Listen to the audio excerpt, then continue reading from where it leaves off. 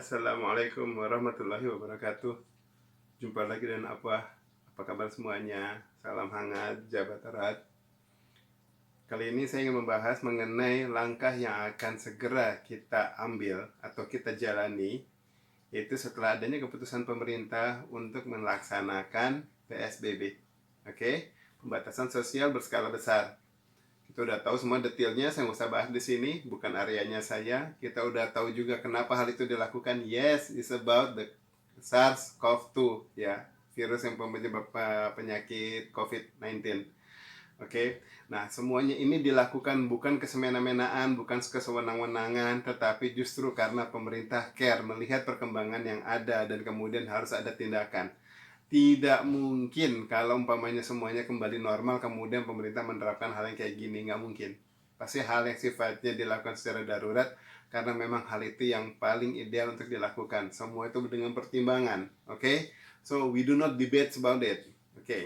Nah, sekarang yang mesti kita pikirkan adalah justru karena pelaksanaan PSBB ini yang sebentar lagi akan dilakukan, starting efektif this Friday ya, berarti 2 hari lagi dari sekarang. Ya, bayangkan sekarang saja tanpa ada pembatasan PSBB ini, banyak sekali perusahaan yang masih mengharuskan karyawannya, at least sebagian, half of them gitu ya, untuk bekerja di kantor. Oke? Karena apa? Karena ada roda perusahaan, roda usaha yang harus tetap bergulir dan berjalan untuk pemasukan. Karena kalau itu dijalankan nanti akhirnya perusahaannya dikomplain pelanggan, nanti bisnisnya tidak jalan, nanti mungkin banyak makanan yang busuk, nanti banyak produk-produk yang rusak, nanti ada banyak penalti-penalti dari yang lain karena tidak one prestasi dan lain sebagainya semuanya. Pasti semua ada pertimbangan. Itu sebabnya pengusahanya meminta karyawannya bekerja. Oke. Nah, sekarang dengan diadakannya PSBB bukan berarti kemudian perusahaan-perusahaan tersebut akan dapat keringanan, tidak. Pasti akan tetap mendapatkan semuanya masih harus memenuhi semua kepentingan-kepentingan itu. Ya, itu bukan egois pengusaha karena yang mesti menjalankan roda usahanya. Dan saat itu dilakukan, maka apa yang terjadi? Terjadi lonjakan yang sangat besar di sisi telematika. Oke, pure di telematikanya, bukan di multimedianya, bukan di programming, pure di telematikanya. Bagaimana traffic kita menjadi melonjak begitu besar dari rumahan sekarang, ya, dari kapasitas sekian mungkin bisa mendekati, dan kita khawatirkan jangan sampai melebihi kapasitas. Oke, karena segala hal yang melebihi kapasitas akan membuat denial of service, kemudian bikin jadi layanannya tidak berjalan, bikin jadi banyak stuck, bikin jadi hang, bahkan server-server banyak yang bisa jadi down. Oke, nah itu yang harus kita hindari.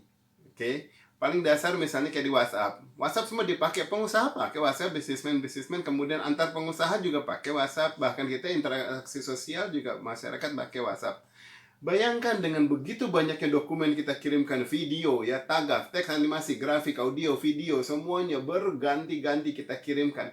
Lama-lama server si WhatsApp-nya juga kalau terlalu masif perkembangan ini bisa kepenuhan. Kalau WhatsApp kepenuhan kemudian dia stuck dan down karena suatu problem, siapa yang bisa handle? Ingat, WhatsApp di sentralnya sana juga mereka juga mengalami risiko dan krisis yang seperti kita alami di sini. Jadi ada pengurangan karyawan yang boleh bekerja, ada pembatasan, dan kemudian support dari vendor juga banyak berkurang dan sebagainya. Otomatis hal-hal yang tadinya normal bisa menjadi kritis. Itu yang harus kita hindari. Oke, bayangkan kalau ini terjadi crash ya. Apa yang terjadi sama kayak di jalanan kita suka lihat. Banyak terjadi crash, kemudian banyak yang melihat, menghalangi, pengen tahu, tidak bisa melakukan apapun, hanya ngelihat-lihat. Kemudian yang terjadi apa? Justru para medis dan kemudian semua pihak-pihak aparat yang berkepentingan untuk membantu malah tidak bisa karena terhalang. Hal yang sama terjadi pada telematika. Kalau ini terjadi crash, ya, kita hanya tidak bisa nonton di video, kita hanya tidak bisa chattingan sama teman, kita hanya tidak bisa browsing sana, browsing sini. Tetapi orang-orang yang berusaha dan kemudian menjalankan pemerintahan, yang membantu rumah sakit, mereka juga jadinya terkendala, mereka tidak bisa bekerja. Dokter-dokter memang nggak pakai WhatsApp, pakai juga, dan interaksinya semuanya kontrolnya dari sana. Banyak yang pakai. Nah, kalau mereka tidak bisa bekerja, otomatis jadi problem. Saat mereka problem, semakin sulit untuk membantu orang-orang yang sudah sakit. Kita ini yang dengar saya sekarang ini pasti belum sakit, minimal hanya baru ODP. Tetapi yang udah nggak bisa sempat dengar karena udah PDP ataupun yang sudah sakit dan kemudian sampai yang meninggal gitu loh. Ya, nah sekarang bayangkan kita harus memberikan akses yang sebesar-besarnya kepada para medis yang seluas-luasnya agar mereka bisa normal jalan di sini. Oke. So, mainly dalam hal untuk menangani ini PSBB di sini sebetulnya ada 3 hal besar yang ingin saya bahas. Yang pertama secara general sudah saya bahas sekarang yang kayak gini, ya. Yang kedua adalah saya akan membahas nanti mengenai peran serta kita sebagai masyarakat, sebagai pengguna sosial media, apa yang bisa kita lakukan. Oke, dan kemudian yang berikutnya adalah saya ingin membahas mengenai para pengusaha yang mulai mau menjalankan PSBB ini dan kemudian melakukan remoting dari rumah, apa setidaknya yang harus dilakukan. Karena itu juga saya tahu tidak mudah.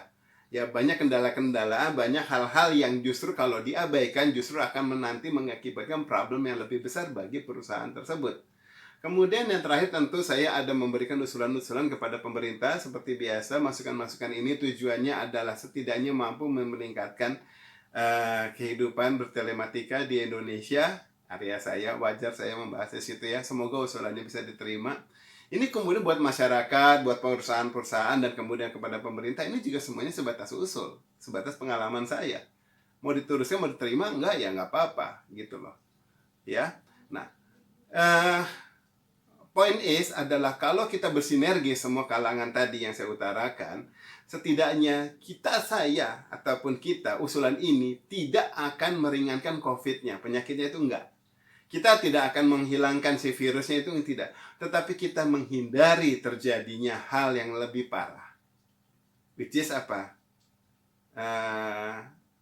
Internet crash. Itu yang kita harus hindari. Ya, karena overloaded itu yang harus kita hindari karena semuanya akan rugi. Oke, that's all for this 7 minutes. Ya, so my next video is about how to solve the problem from the netizen point of view. Okay.